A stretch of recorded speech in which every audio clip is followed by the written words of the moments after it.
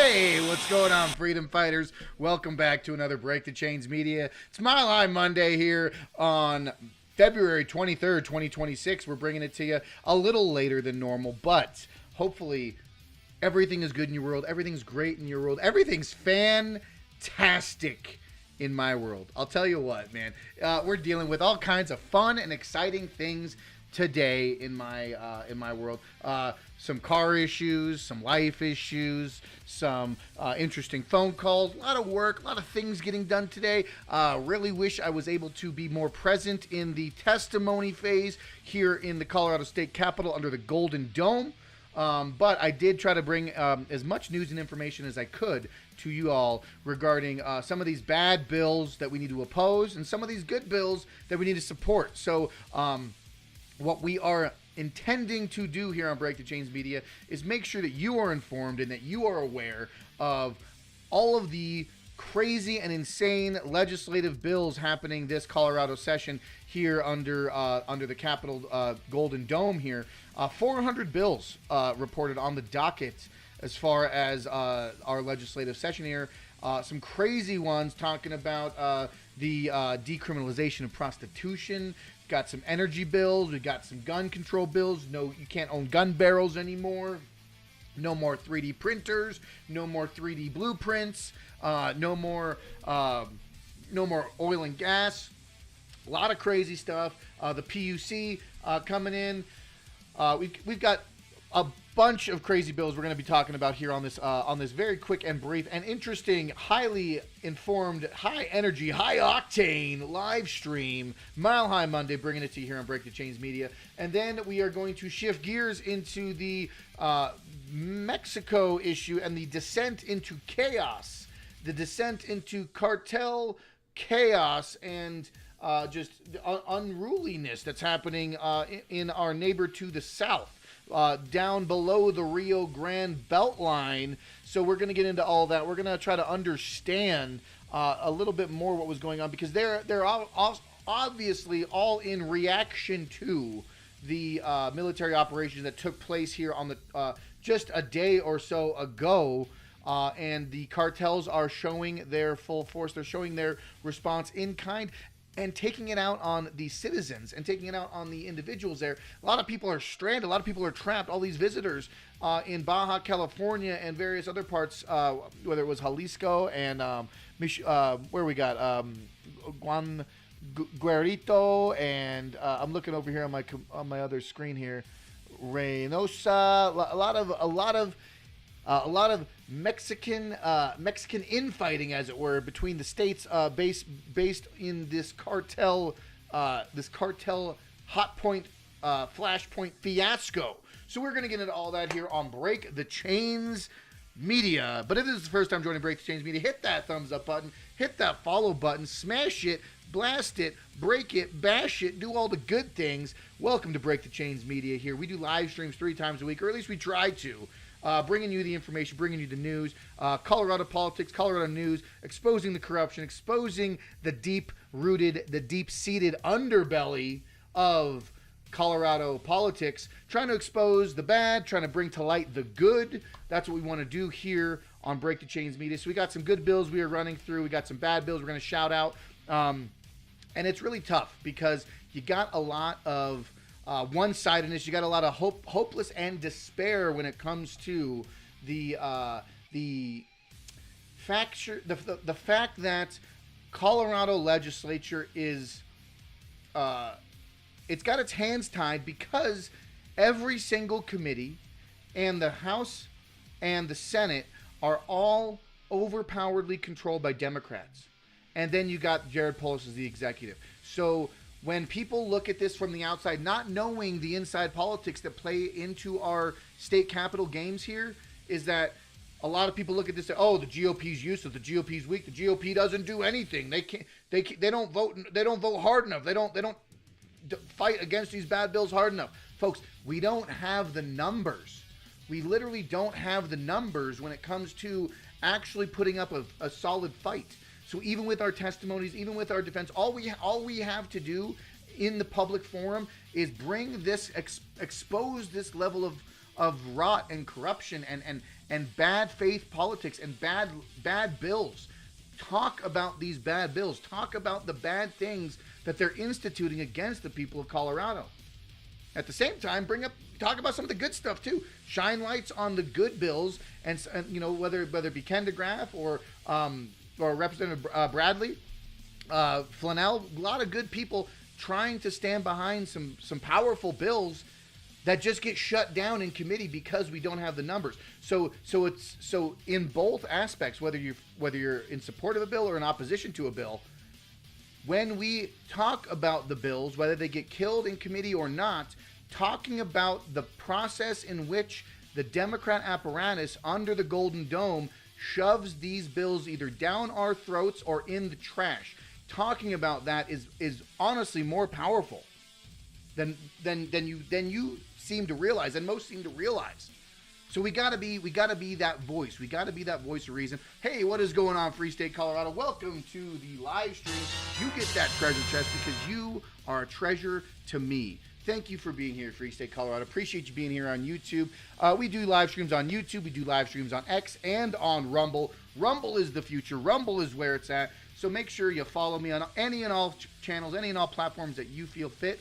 But Rumble, I feel like we get a little bit more done on Rumble. But if this is the first time Break the Chains Media checking us out, smash that thumbs up button. Be a part of the Chain Breakers.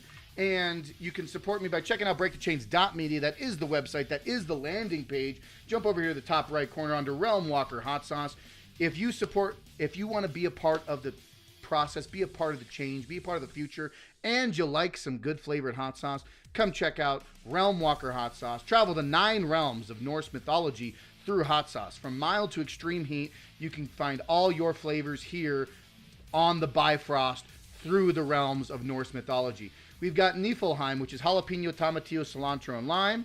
We've got Midgard, which is serrano, tomatillo, lime. Both of those are ready to go. Come pick them up right now. Those are the green, milder ones, but I've also got some red ones, some hot ones. If you're looking for some hot ones, Muspelheim, red, super hot, and roasted red pepper.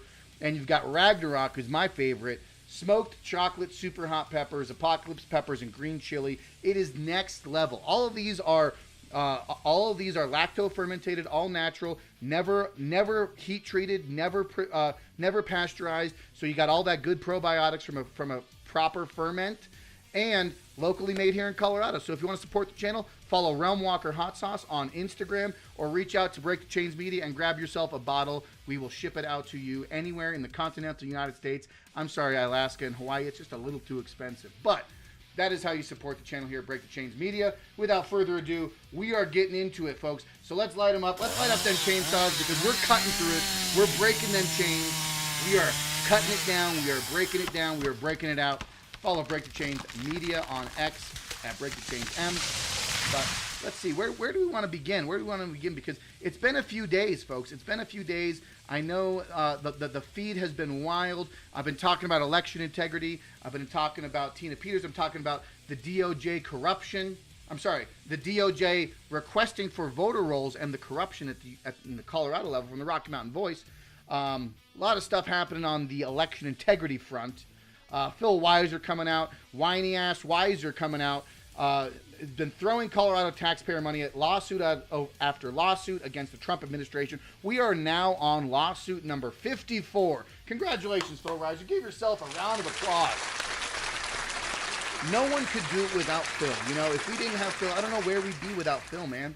He's just throwing all of our taxpayer money against the federal government because he doesn't like it. He feels so justified in his reasoning to waste our taxpayer money on more ridiculous lawsuits. Okay, this is actually hilarious. This is from Big Timber Lodge. Gotta love him. Reach out to Big Timber Lodge. He's repping Colorado just as much as me and any of the other freedom fighters here in Colorado.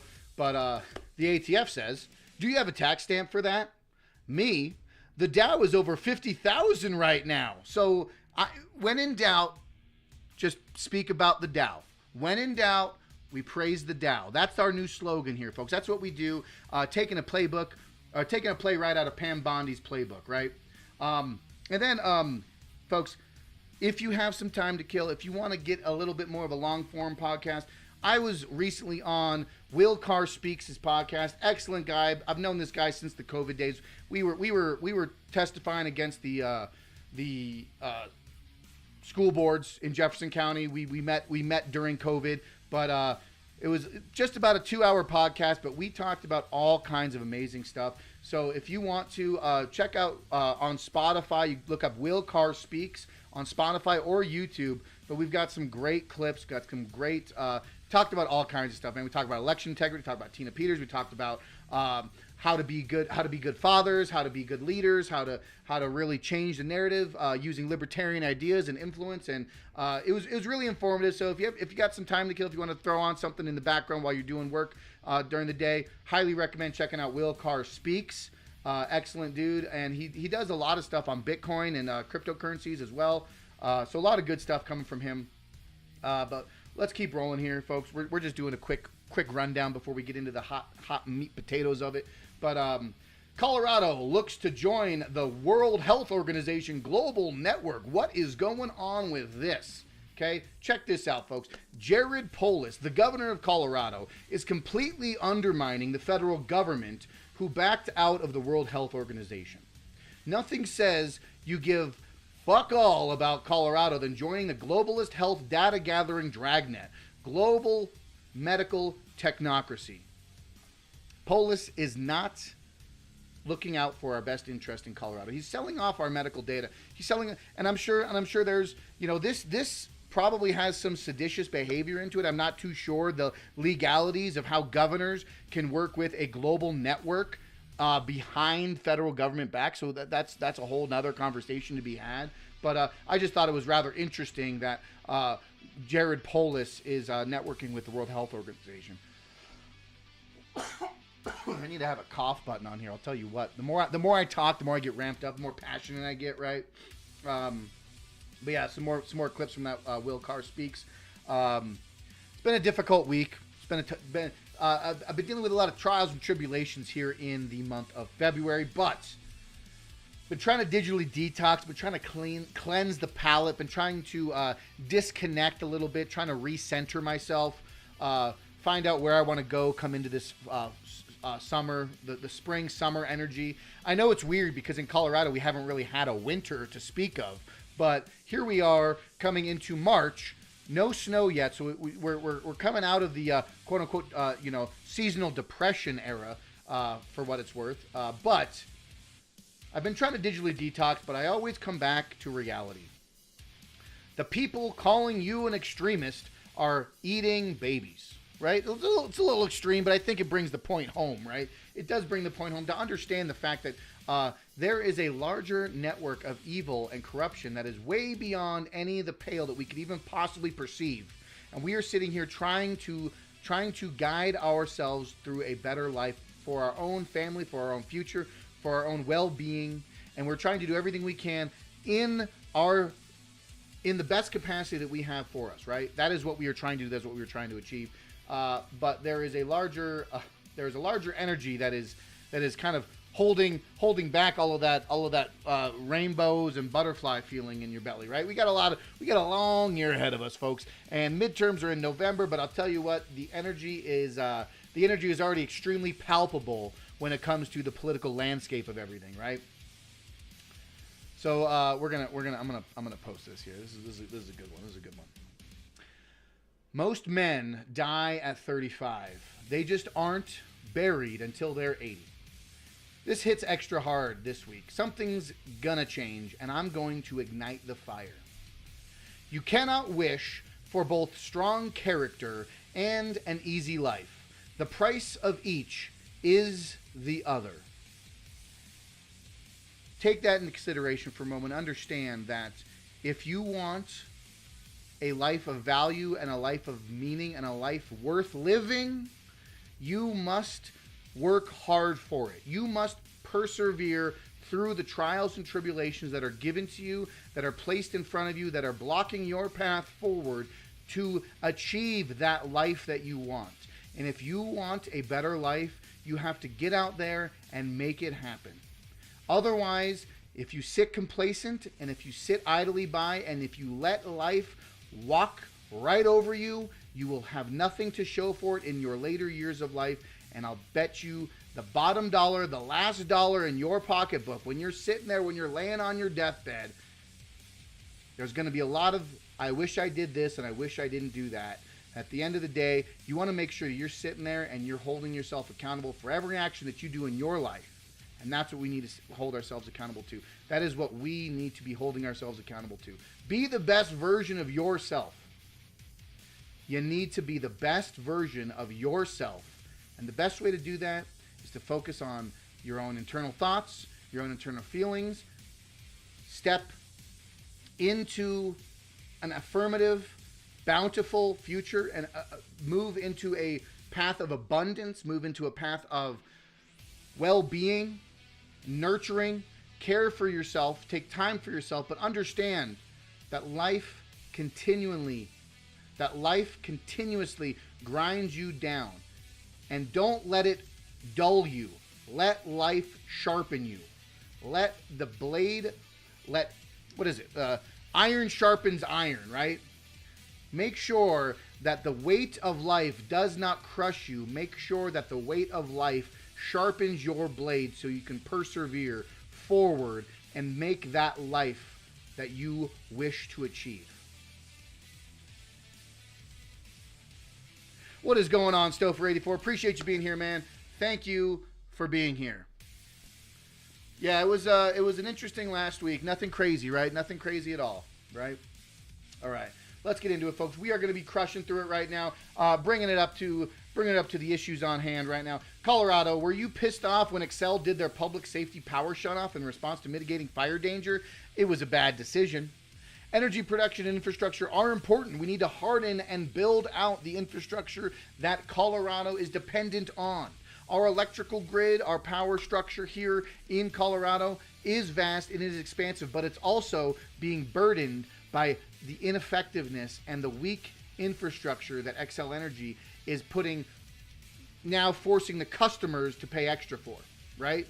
We are being victims to this public safety power shutoff. It's always a mouthful, but Representative Ken DeGraff brings out a great bill, and it does not necessarily target individual utility companies, but it does hold them. It does open up a avenue. It does open up an outlet for us to hold them accountable as Colorado constituents here, right? So coming from Rep Ken DeGraff here on Twitter, Colorado's electric grid is critical infrastructure. Without electricity, hospitals shut down, emergency services fail, and families are left vulnerable. I need to just kind of record this. I probably should just record this because it's a good clip, right? Colorado's electric grid is critical infrastructure. Without electricity, hospitals shut down, emergency services fail, and families are left vulnerable. That is why I introduced HB 261124 to strengthen Colorado's grid resiliency and prepare for potential catastrophic failures. Preparedness is not optional. It's responsible leadership. HB 261124 will be heard in the House Energy and Environment Committee on Wednesday, February 25th upon adjournment. Sign up here to give your testimony. Highly encourage everyone to join and get involved and support HB 261124. And I do have that pulled up right here. Or no, that's not it. It's right here. Electrical generation and distribution resiliency. Basically building up a better, demanding that Colorado holds its infrastructure at the highest regard. And this bill would open up a task force with the following duties. So let's just read the plain text here, okay? We'll read the fiscal notes. It's actually, you know what I found out, and shout out to Free State Colorado for bringing this up, because this actually is monumental when it comes to understanding the legislative bills, because you can actually see right here, and for most people, the language of some of these bills can be a little bit convoluted, can be a little bit difficult to understand. Sometimes you might not know the jargon or the lingo that they have in here. And this one's actually a lot easier to understand, but there's some other ones that we're going to look into in a minute that just kind of some people's eyes gloss over. They don't really know the details. But if you click on the fiscal notes of any legislative bill that has fiscal notes, you click on the fiscal notes, it gives a really concise and clean understanding of what this bill actually breaks down. So HB 261124, Electrical Generation and Distribution Resiliency. Prime sponsor, Representative Ken DeGraff. Published for the House and Energy Environment. The summary information, the overview here. Overview of this bill. This bill creates the Colorado Electric Grid Resiliency Task Force to study grid resilience and develop recommendations for the governor and the General Assembly. Types of impact. The bill is projected to affect the following areas on an ongoing basis: state revenue, state expenditures, TABOR refunds, and local government. Appropriations, talks about the financial appropriations, fiscal appropriations, has some breakdowns here of the revenue expenditures, change in TABOR, and it's a summary of legislation, right?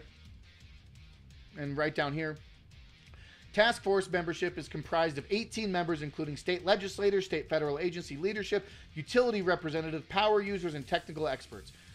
Legislative members serve without compensation but are entitled to reimbursement for actual and necessary expenses. Non-legislative members serve without compensation or reimbursement for expenses, except a task force member who is a state employee will serve as part of their employment. Task duties: publishing reports and recommendations concerning rules, legislations, cost-sharing arrangements by November 15th. Biennially thereafter, reports its finding to the General Assembly. Transmission of utilities. So transmissions and owning entities are required to participate in the task force and may recover the costs of compliance through rates, member assessments, and or ordinary budget processes. These entities are also required to file critical energy electric infrastructure information with the Federal Energy Regulatory Commission by February 1st of 2029 and each year thereafter.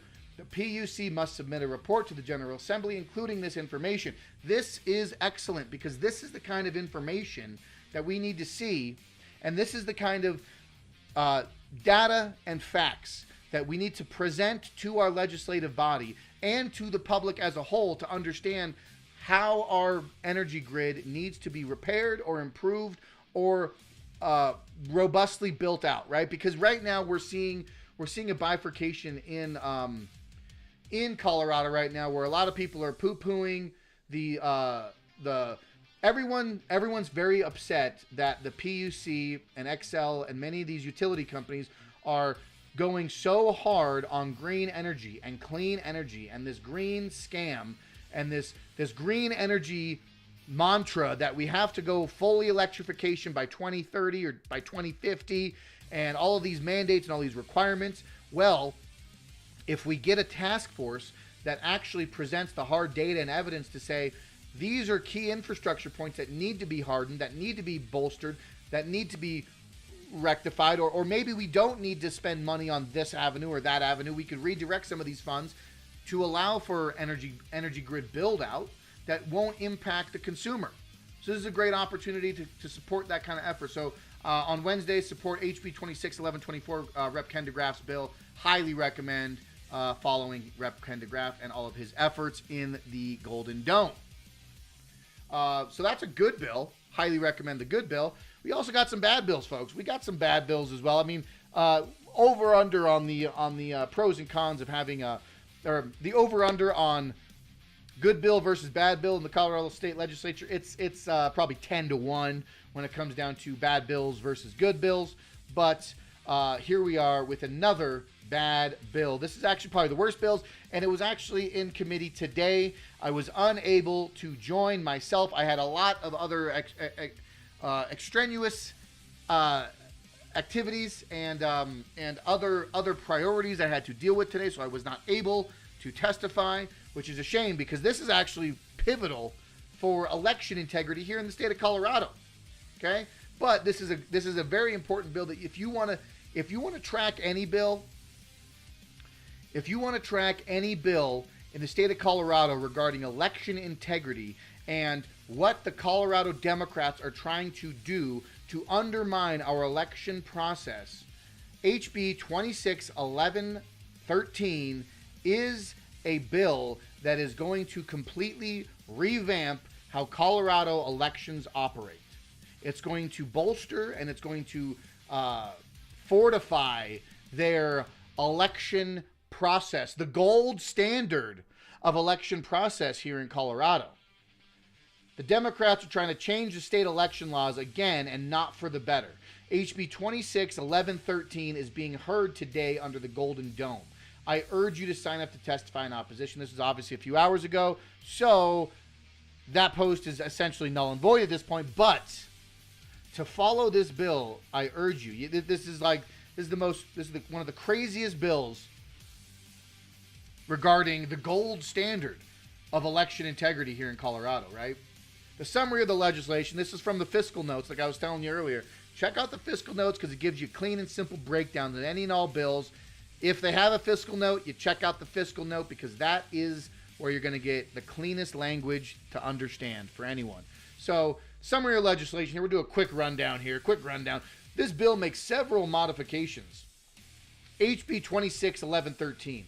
This bill makes several modifications to the election laws in Colorado. Among its many changes to the bill, sets an additional communication standard for institutes of higher education concerning ballot drop-off locations and voting resources. That means colleges and universities and the opportunity to drop off ballots and drop off locations. Reduces the number of days voting services and polling centers need to be open in certain university campuses. Requires all VSPCs, voting service and polling centers, that experience a shortage of election supplies, such as ballots, to remain open and may remain open after 7 p.m. What kind of law is that? And what does that mean? Reducing, that experience a shortage of election supply. What does that mean? Experiencing a shortage of election supplies. And this is what I would wish I was able to ask in the testimony phase. Experiencing a shortage of election supplies, such as ballots, to remain open and remain open after 7 p.m. What kind of law is that? That's basically saying if we don't get enough of the ballots, we need to be open later. Requires county clerks to report to the Secretary of State about excess wait times and delays at VSPCs on Election Day, and requires Secretary of State to hold a hearing based on this report. Adds a timeline by which county clerks must adapt modifications to the SOS plan written by mail ballot elections, and for the Secretary of State to review that plan. So it's all internal through the Secretary of State, right? Removes the requirement. This one's big. Removes the requirement that election judges be sent certificate. Let me just calm down. Removes the requirement that election judges be sent certificates of acceptance by mail prior to their appointment, and provides additional flexibility on the method for election judges to accept appointments. That basically means we are lowering the standards of the appointment process for election judges. And this also increases the number of days before an election that ballots must be mailed. Increases the number of days before an election that drop-off boxes may accept ballots. So they're expanding the window of early mail-in voting. They're expanding the window that drop boxes may accept ballots. Changes in the requirements for voting in county jails and detention centers to be based on the number of beds in the facility. Repeals the requirement that voluntary ballot markings be redacted. That's huge. And clarifies that a person cannot be a candidate for more than one office to be voted in the same election. I mean, that should have been pretty straightforward, but let's go back here. Repeals the requirement that voluntary ballot markings be redacted. Repeals the requirement that voluntary ballot markings be redacted. That's basically saying that you can the lowering the standard of requirements for voluntary ballot markings, like the redaction level of ballot markings. Like, this is just, if you wanted to further entrench yourself into a gold standard of election process in a deep blue democratic state, this is how you would entrench yourself. This is a direct response to the this is a direct response to what's happening regarding the SAVE Act, right? The federal government's trying to push the SAVE Act to push voter ID, to push verification of identification of votes, or to be able to vote, the SAVE Act requires a proof of identification through state or government agency through valid identification confirmation. That's the SAVE Act. This here is on a state level trying to undermine our process. This right here is trying to bolster the method in which the Democrats love to use, that is mail-in voting. Mail-in voting is one of the most corrupt and broken ways of voting processes here in not only America, but across the world. Wow. Many countries around the world have outlawed mail-in voting for its ease of voting manipulation, for its ease of election fraud. Mail-in voting and mail-in ballots have been outlawed in several countries around the world. And yet here in Colorado, they are trying to bolster, they are trying to double down, they are trying to entrench the mail-in ballot process here in Colorado. And I think it's absolutely corrupt. And this just went through committee. So actually, really quick, while we are here and live, let's take a look here and see if I can. Let's see if they actually have an update here. Let's see. Where is it? Where would it be? Where would it be? This one. Let's update here. Maybe. Let's update. So I just updated this. Modification to election. This is the bill. HB 261113, modifications to elections. Concerning modifications to laws regarding elections. See how thick and convoluted all this language is? Okay?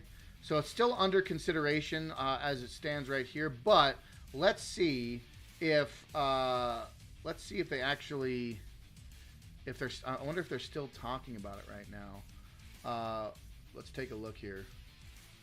They're probably still for that question. I do think it's important that we give voters more tools right in front of their face. Look, we ask a lot of the people of Colorado on our ballots, a lot. And I think expecting people who work 40 to 60 hours a week or 2 jobs and are raising kids to thumb through their blue book to find out every nook and cranny that's in a measure, I think is asking a lot of people who have a lot on their plates these days. And so I think the more that we can do to put it in front of their face as they are literally at their kitchen table, filling out that ballot, I think the better off we will be. And so that's why I think so let's see. This measure is important because yes, the blue book. Did they actually have a?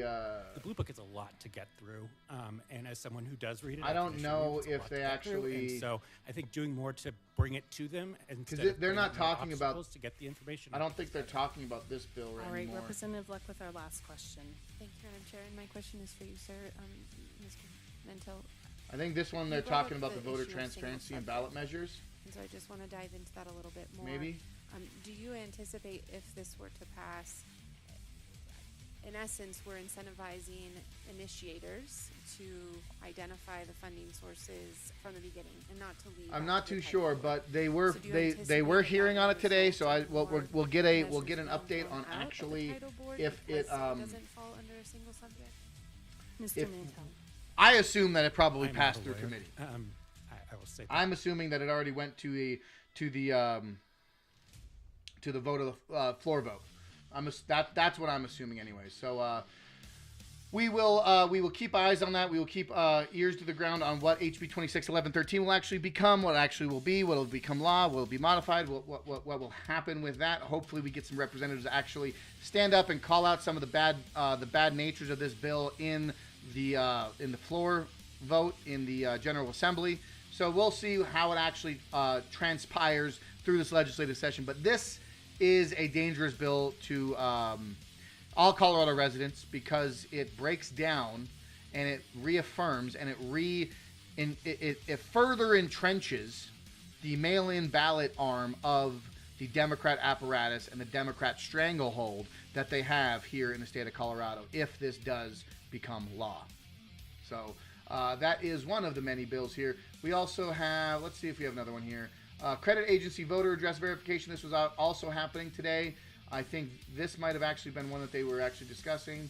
This one's actually interesting because credit agency voter, like they're bringing in a third-party credit agency voter address verification. It's sponsored by 2 Republicans, which is actually weird. Some of these people, I know their names, but to me, just reading them on their looks alone, they look a little weathered. They look a little seasoned. They look a little old guard. They look a little rhino, for my own taste. But this is basically requiring the Secretary of State to cause to be conducted an annual change of address search to be computerized statewide voter registration list using a third-party credit bureau. So they'd be giving our voter information to a third-party credit bureau. Quite opposite. Here's the thing, folks. If Jenna Griswold is sitting here saying that she refuses to give the federal government unredacted voter roll data, the DOJ lawsuit regarding Jenna Griswold, she's doubling down and saying we're not going to give that information to the DOJ because that's a violation of privacy rights. Oh, okay, that's what you're standing for? But this here is saying that a third-party credit bureau would be given verified voter address information to verify that these voters are in fact residents. So you're asking a third party to come in, a credit bureau nonetheless, to give private citizen voter information to a third party credit bureau, in opposed to the DOJ, the federal government that already has our private information. They already have our private information. The DOJ wants it, they'll get it, right? So it's kind of interesting. I'm opposed to this bill myself. Even though it is sponsored by some Republicans, but for what it's worth, I don't trust them as far as I can throw them.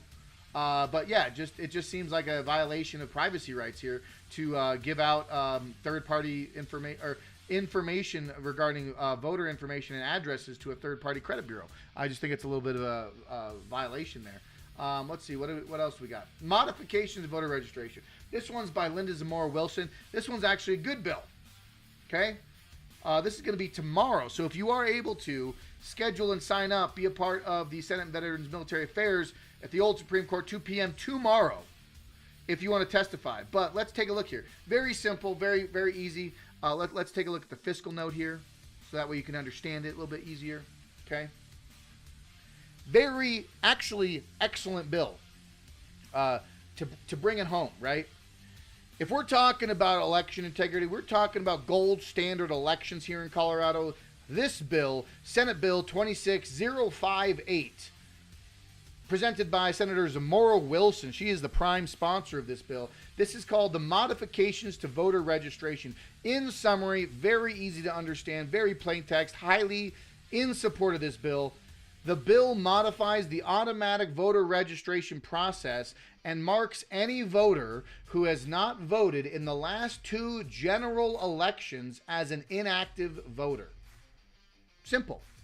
Very straightforward, very easy to understand, and I highly support this bill because it just makes sense, folks. This is a great way for us to clean up our voter rolls. If you have inactive or ineligible voters, people who aren't participating in the elections, people who aren't part of the process, who don't actively participate in the election process, if they do not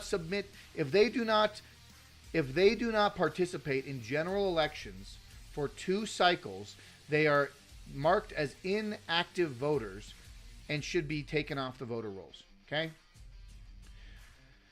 The bill modifies the automatic voter registration process by replacing the default registration or pre-registration of a person who applies for a driver's license or identification card as an unaffiliated voter with a pending registration or pre-registration status. So it does not automatically register them to vote. This is a gold standard. This is actual gold standard. If you want to strengthen and you want to bolster, if you want to strengthen elections here in Colorado, this bill right here is a great way to do it. Okay?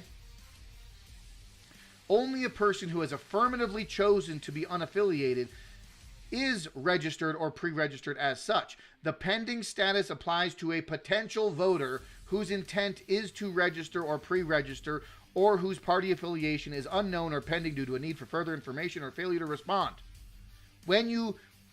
So this is directly going against For months and months, I've been talking about how DMVs, the motor voter rolls, how they automatically register participants in the state to vote in elections. They automatically register them to vote at the DMVs.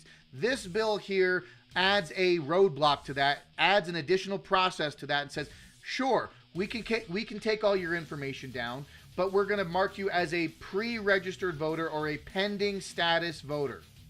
Then you have to take that extra step as a participant and register yourself, whether it be unaffiliated, Democrat, Republican, Libertarian, Independent, you name it. The individual has the opportunity, and the onus is on the individual, again, to actually fulfill and follow through with that process. This is great. So, and I highly recommend it, highly encourage it, and I will be testifying in support of this bill tomorrow. So, SB 26058 modification to voter registration. Be there, be a part of it. Sign up to testify online or sign up to testify in person. You be a part of it. But this is how we remedy the broken state of Colorado's election process. Very good, folks. We're getting there. We're getting through it. Yeah, that one's done. We'll clear out. Is this 1144? No, what's that one? 1113. General Assembly. No, I don't need that.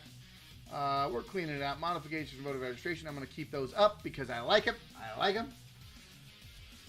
Ken DeGraff's looking good. Okay. I think we're shifting gears here. Still for 84, the chat says helps eliminate some ballot harvesting. I agree with that, my man. A lot of stuff, man. A lot of stuff comes back down to how the legislator interprets and enacts various laws through their own language. And this is the corruption that I talk about, right? This is the level of corruption that I talk about here on Break the Chains Media. If you like what you're hearing, smash that thumbs up button. Share this information with your friends and family. Share it with every single person you've ever met in your entire life. Be a part of the change, right? This is how we do it. But this is what it comes down to, folks, and it's very simple to understand. Once you see the apparatus working, once you see the levels of corruption that are wrapped around us at all levels, understand that the legislature they use. I'm gonna try to see if I can get this. If I can get this without stammering or stumbling. Let's see if I can make this all out, right? The way in which our government gets compromised is through multiple different methods. They use each branch of our government, the executive, the legislative, and the judicial, to weaponize and use our own government institutions against us. The legislator passes egregious and unconstitutional and tyrannical bills that violate various laws, legislation. They pass these laws of legislation that curtail and restrict our liberties and restrict our way of life at every step of the turn. The legislator, especially when they get a supermajority, they pass these laws. The executive signs them into law. The executive appoints various judges and appoints various institutions, whether it's the PUC, whether it's district judges, county municipal judges, you name it. The executive puts these judges on the bench, and then these activist judges rule in favor of their Western communist agenda, right? And this is what it all comes back to. It all comes back to a Western communist agenda.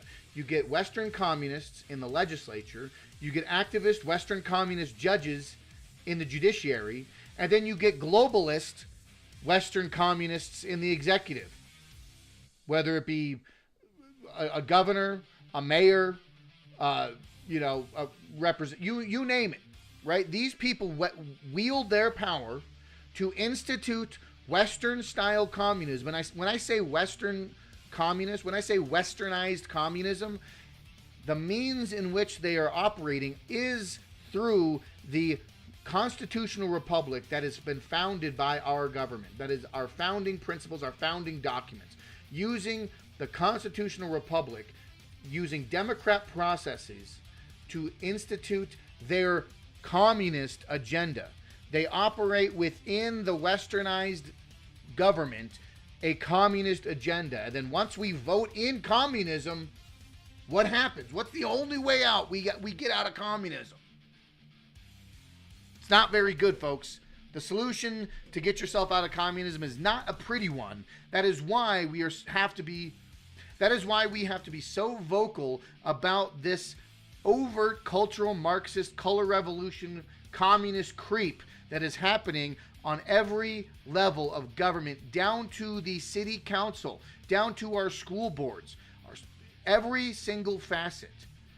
Our state legislature, our city council, our school boards, our federal government, every level has institutionalized Western communists operating a color revolution and a cultural Marxist takeover, and we have to stand up and we have to oppose it at every step of the way. That's the fact. That is the fact. Otherwise, we end up getting a world like we're seeing in Mexico right now, right? We see it unfolding in Mexico right now, folks. We're shifting gears. We're rounding the corner. We're rounding third base. We're running in for home right now.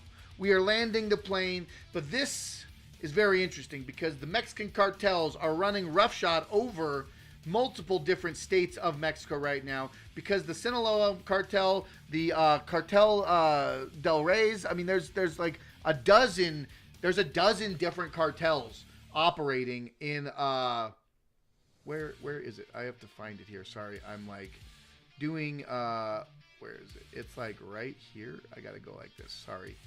Operating. We're doing this in real time because like I say before, I'm the producer, I'm the editor, I'm I am the voice. I am the political figure. I'm the figurehead. I am the jack of all trades here at Break the Chains Media. So thanks for hanging out with me, folks. But let's check it out here. We're gonna open this up. Oh, why did it do that? That was weird how it opened like that. I don't want it to be full screen. What? Why did it open like that? That was weird. Okay. Anyways, here we go. Cartel retaliation violence map, February 22nd, 2026. We are getting into it here, folks. Oh my God, that's way too big. But so all these red places here. These are the danger zones, folks. These are the danger zones. As of February 22nd, 2026, after the El Mencho death, right? So this is what it all come back down to. There was a military operation that took place. The Mexican military, that's what they're saying, it's the Mexican military, but I do believe that there was probably some U.S. involvement. Not sure whether it was Delta Force, not sure whether it was intel operations, you name it, but got a lot of hotspot areas here. Got a lot of red zones you don't want to get into. Guanajuato, Guerrero, Colima, Michoacan, Jalisciencio. Man, why do they use such weird? Is that an S? I don't know what that is. Yeah, several different Mexican states here are under a cartel revolution or cartel revolt right now. Okay, violence ebbs, but Mexico remains on edge after killing of cartel boss. Many residents and tourists stayed indoors day after a military raid targeted a leader known as El Mencho, setting off violence across the country. Officials said at least 62 people died in the operation and its aftermath. Here's the latest. In Mexico, authorities appeared to have restored order in multiple cities on Monday after a wave of violence set off by the killing of major cartel leader left highways blocked, buildings burned, and at least 62 people dead. Mexico's most powerful criminal organization, Jalisco New Generation Cartel, unleashed the chaos after its leader, Namisco Osguerra Cervantes, or El Mencho, the nation's most wanted cartel boss, died in a military raid on Sunday in western Jalisco state. On Monday afternoon, the schools and businesses were closed in some of the areas hit hardest, and residents and tourists were staying indoors. For all of you, I'm sure you've seen some of the videos of tourists and residents alike showing these videos in real time of buses on fire, blocking of traffic, shootouts across ridges. I mean, this is like Guillermo, like this is like Guillermo del Toro and Quentin Tarantino's, like this is like one of their like one of their fever dreams. They wake up to this kind of stuff. This is the kind of stuff that they live for. Several of their movies have equated to such Mexican violent hostilities, right? Mexico's Defense Secretary General Ricardo Travilla Trejo said on Monday that the authorities had located Mr. Oseguera by tracking one of his romantic partners. He said that the authorities had also gathered intelligence from some in Mr. Oseguera's Yes, Oseguera's. That's how we do it. Close circle, and the U.S. authorities have provided a lot of additional information that helped them identify his location. After Mr. Oseguera met with your romantic partner on Friday, the authorities immediately began planning the operation carried out on Sunday morning. Do you think that their intel was merely from Mexican intel, or do you think their intel was aided and offered up through U.S. agencies? What are the odds of that? What do you think? Well, let me know in the chat. Do you think the U.S. had some involvement in their intel operations? Right. She should attempt to arrest or kill Mr. Oseguera and potentially open a new chapter of nationwide violence in less than 4 months before Mexico is set to co-host soccer's World Cup? Or should she leave Mr. Oseguera free and to maintain the status quo?